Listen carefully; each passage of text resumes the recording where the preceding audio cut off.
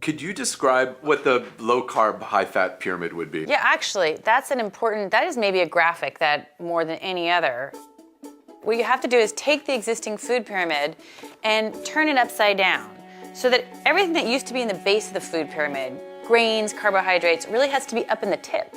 And then below that are fruits and vegetables. And then, in the big bottom slab really has to be fats and animal foods. That is actually what a healthy diet looks like.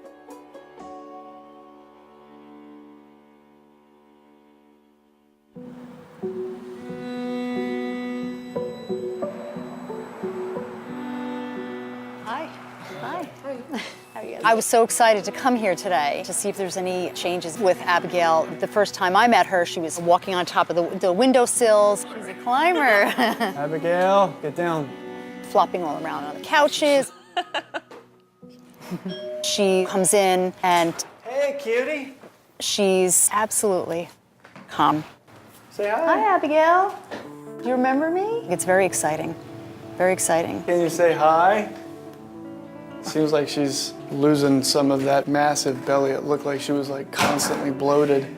That seems to have decreased. Her bowels have regulated. They were using a laxative every single day. And I don't know if you noticed that when you're trying to present her something that she doesn't want. No. She's actually saying no. Yeah, I noticed that too, actually. With her mouth, she's actually saying no.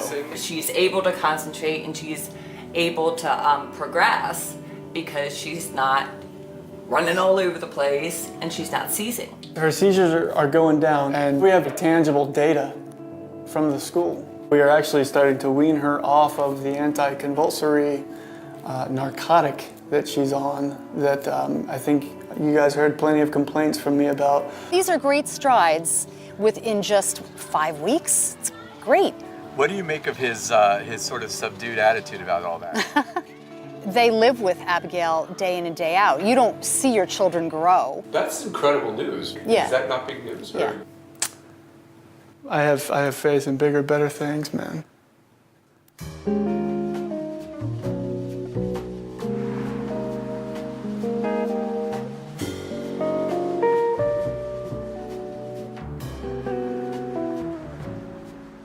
All right, let me just get my recipe for this one. So we're gonna make the chocolates and then... I want you to grind the macadamia nuts. Today we're gonna be making 2 survival foods for somebody just starting out. The first one is macadamia bread. That's your fat bread that I saw? That's my fat bread. I'll deal with the messy part because I got the apron. And I'd like to make a sugarless chocolate.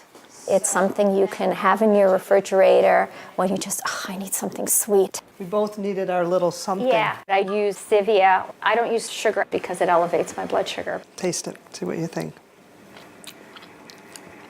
I think it's perfect. I think it's perfect too. I think it's perfect. Everybody needs to learn a new word. It's called hyperinsulinemia. We're going to grind the macadamia nuts into a butter.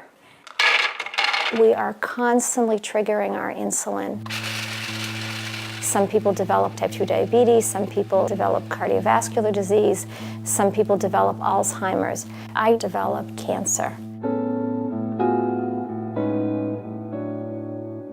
In 2012, I went for a breast MRI. And something lit up like a Christmas light. I had invasive with HER2 amplification, which is very aggressive and metastatic type of breast cancer.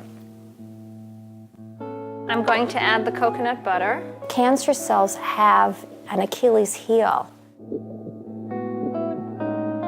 You inhale oxygen, your bloodstream carries oxygen throughout your body, so that's an energy source for healthy cells. And that energy is used by the mitochondria, which is in the cytoplasm of the cell. But cancer cells can't do that. Don't do this if you have granite. They can't get energy from oxygen. Cancer cells need to ferment. They need sugar and refined carbohydrate to proliferate. Do you ever see Star Trek, The Trouble with Tribbles? Okay? Do you remember at the end they say, I figured it out. If you don't want them to reproduce, stop feeding them. And that's what cancer is. So I started a ketogenic diet. A ketogenic diet is a high-fat, very low-carb. It's like Atkins on steroids. This particular diet for cancer means 80% healthy fats, 10, 12, maybe 14% protein, and no more than 12 grams carbohydrates. Oh yeah, look at how nicely it rose. All I was looking for was to prevent it from metastasizing. And surprise of surprise, it started shrinking. My tumor started shrinking. You can see it came out gorgeous. And my last MRI, the radiologist said, had I not known you were diagnosed and treated, I would look at this from another patient and say, nothing to see here. So you never actually went through chemotherapy? I didn't do surgery, I didn't do chemotherapy, and I didn't do radiation.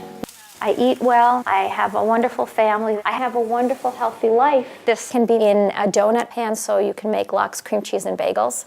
I've never had an illness from the day I was diagnosed. My immune system is so good now that everybody will get sick with the flu, and my grandchildren are coughing in my face and sticking their hands in my mouth, and I don't get sick. That's the norm. Yes, that is the norm. I walk into the doctor's office and they say, oh, our miracle patient has arrived. And that was very disturbing to me because I didn't think, God runs the world, of course, but I didn't think there was anything miraculous about what was happening. I thought it was hard science. What did I do that was different from what anybody else can do? And the answer to that was the research. A scientific study changes the picture.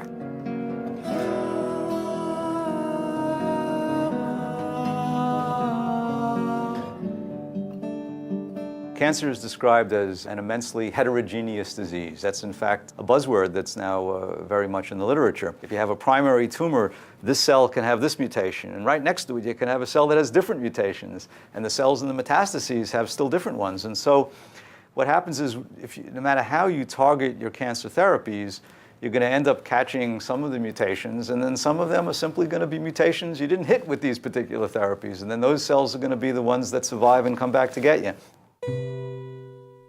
Most cancers are treated by cocktails of multiple drugs which fail.